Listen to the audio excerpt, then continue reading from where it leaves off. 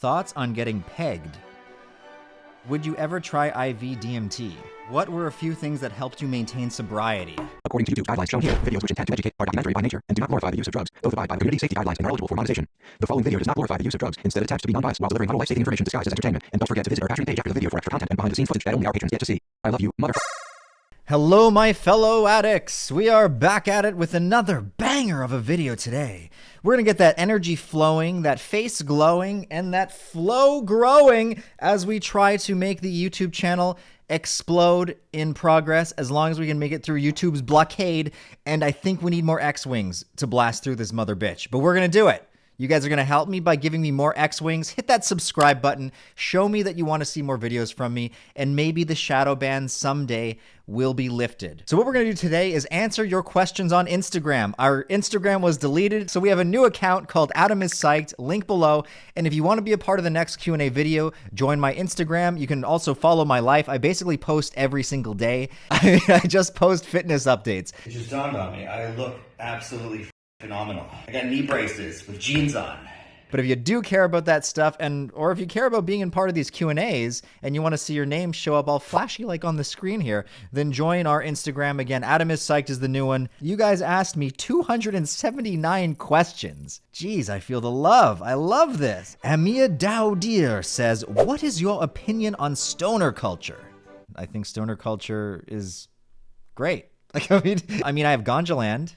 It's a great stoner culture game. I actually played it with my kids last weekend. Funny coincidence. And they loved it. They can't read. They're like 2 and 5. So we changed some of the questions. One was like, tell a poem about your favorite strain of weed. And we were just like, you have to now tell a poem out loud about your favorite food. Oh, here's a good one. Madrekuluvira.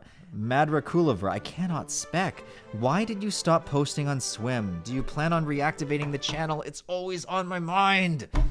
Swim is like that thing that I started like, you know, it had some good momentum and then I just let it crash and die because I got so overwhelmed with psych substance and then having kids. And it was like I couldn't keep the two things floating at the same time. So I had to let one deflate and sink.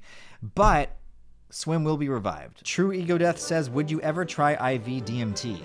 If the DMT was medical grade, like pharmaceutical DMT, which obviously you can't find, like I would never IV DMT that was extracted from some root bark because there's so many other, there's so much like plant fats and other shit in there. And it's like, you would have to really know what the F you were doing to recrystallize that to utmost purity before I'd even bat an eye at doing it. Nebaiba says, shrooms for mind muscle connection, ?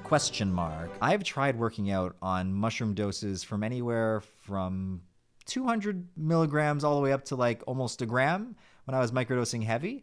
And I also work out on LSD. And there was a while there when I was microdosing real heavy and I was microdosing every other day on like, I don't know, over half a tab, like 65 micrograms, enough to give someone a full trip. And I trained on that. And my acid training days were some of the best.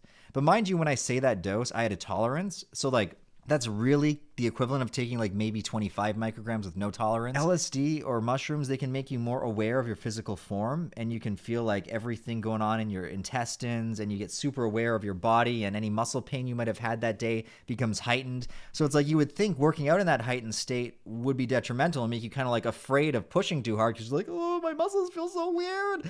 But it doesn't do that. Maybe it's because it's a smaller dose. It's actually just like the best pre-workout on the planet. Of course, I can't recommend anybody follows in my footsteps and does any of this stuff. Everything I say is false, and don't take anything I say as factual. Exit stage left. How is your relationship with your family now since that one YouTube video you made? And things are better. Things are definitely doing better. I got dosed with a high amount of humility, and a lot of my flaws got released. They floated up to the surface and everyone could see them. And then that gave me the opportunity, now that they were all bare and naked, to work through them. And broken record over here, I've said this before, thanks to the therapy and getting off drugs and finally feeling again, it had a cascading effect that leaked into all areas of my life, including my relationship. And we started doing couples therapy as well as I continue my individual therapy. And it really helped. As long as I'm being less of a selfish prick, then our relationship with my family, my relationship with my partner feels like it's on the upswing. And as long as I'm not doing addictive drugs daily, then things are continuing to be on the up and up swing, and it almost feels like I've matured. Do you have any other creative outlets other than video making, such as art or music? And have you ever created anything while on psychedelics or other substances? This is amazing. I have a video planned, multiple videos, where we're going to test. Oh, I don't want to give it away. It's such a creative idea. I don't want to give it away. But yes, I mean, here we go. Let's take you guys on a little adventure that I don't ever show anybody because I'm a fucking nerd through this room. You want to talk about, do I create stuff? Welcome to my nerd paradise. Here we have an array of paints. People are like, Adam, what's all that paint on your hand? Well, I don't know. Maybe unfinished. This is the last one I was working on. You got this big ass dragon. Look at this guy.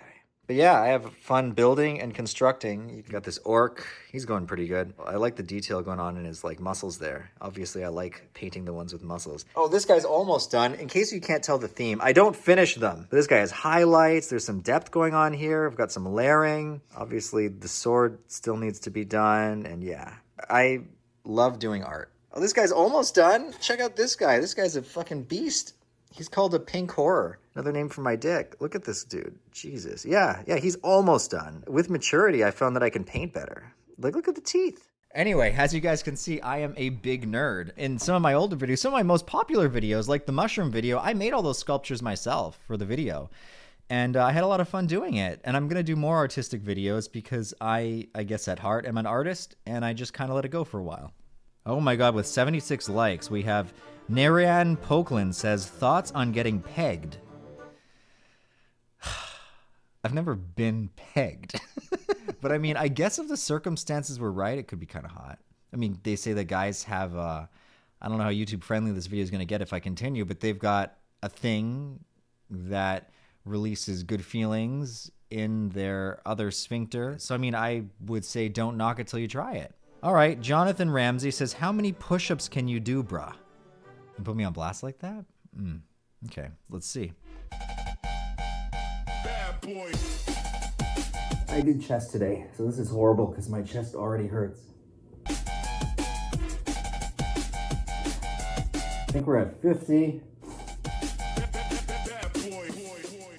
Could keep going. Again, don't want to agitate the chest that I already trained. Can we just say I can do a lot? Just attempting to catch my breath. Cynical Behavior says, what were a few things that helped you maintain sobriety?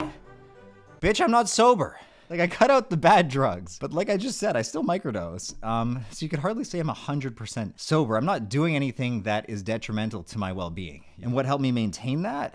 Well, being not sober helped me maintain that. The microdosing helped huge in the beginning, which, as I've said, was recommended by my therapist, who's also a PhD university professor. Like, he's a smart dude. This wasn't just some, like I said, low level, run of the mill, I just got my certification online kind of therapist. Getting really into weights was paramount to my success. I basically pushed a lot of the addiction that I had into the weights, and the most important part of it was I made it a routine. For me, having a stable routine that I stick to religiously every day was one of, if not the most important thing that I did.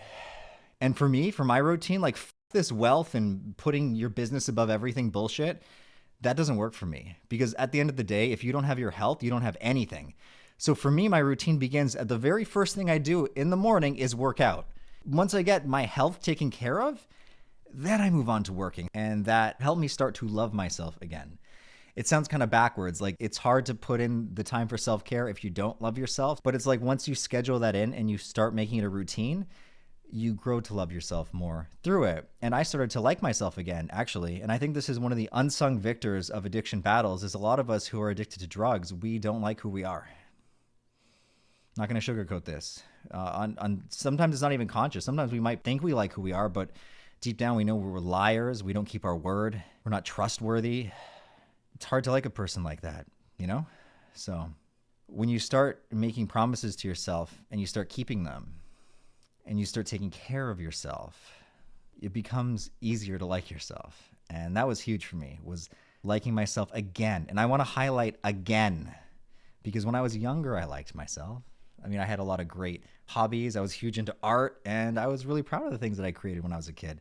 So it was really just kind of reopening that box of here's who I used to be that I kind of like buried in the sand somewhere and said, we're going to leave this for a while. It's like I came back to myself, more or less. And like another thing that was huge for me is at the end of the day, I've done enough psychedelics to know that this is all a game. It is a quest. Like you're in a game, you got to complete the quest. And I love challenges. I love going on those quests. And maybe my quest was to learn what it was like to be addicted so I could come back and I could better help not just others, but better help myself in the future. I've learned so much about myself through that whole ordeal. It was super painful, but I don't think I would trade it because I had to learn those lessons. And now I'm at a point where I actually feel like I've learned and grown from it. And while I'm aware I have potential to become an addict again, I mean, I was there once. If you could do it once, you could probably do it again. But I don't see that happening because I have replaced a lot of those old negative behaviors with things that are benefiting me. And really what it comes down to is when you're determining whether a behavior is benefiting you or being a blood-sucking fucking mosquito sucking the life out of you, you know in your gut to be true. You know what's true in your gut. You can feel it. You know when you're just rationalizing things. Like I would say Kratom was helping me because I thought it was helping me get work, but I was really just rationalizing excuses to keep using it. You got to get to a point where you trust yourself enough to know when you're lying to yourself or not, and not all of us reach that point. Anyway, the Humanoid Typhoon says TRT for anti-anxiety. I wouldn't use it for anti-anxiety, no. Do you really want to be injecting yourself in the butt with exogenous hormones all your life for your anxiety? I think anxiety is something that you can get through without f***ing drugs. You heard me here. Don't f*** drugs. Oh no, the drugs f*** you. Oh my goodness. So many good questions. I'm going to do a 2-part Q&A. I'm feeling like my energy has actually been used up on this Q&A. I'm not going to bullshit you guys. And I'm going to get to more of them. There's so many good questions. I want to keep answering these. Maybe I'll do the next one like next week. Because now, like I said, I've got an editor on board and I can actually pump out more videos. So maybe the Q&As can be a regular thing again, which would be awesome. I think I got some good answers for you guys. I think this video's gone on enough. And if you enjoyed this video, subscribe to the channel. Don't subscribe to my channel unless you actually want to see the shit that I make. But if you want to see the shit that I make and you're not subscribed, then what are you waiting for? Hit the subscribe button, hit the notification bell, and we got good stuff coming, man. Some good stuff. So anyway, if you also enjoyed this video, leave a like. Join our Instagram, and then wait till I say I'm doing a Q&A again, and then ask your questions there. Anyway, cheers, guys.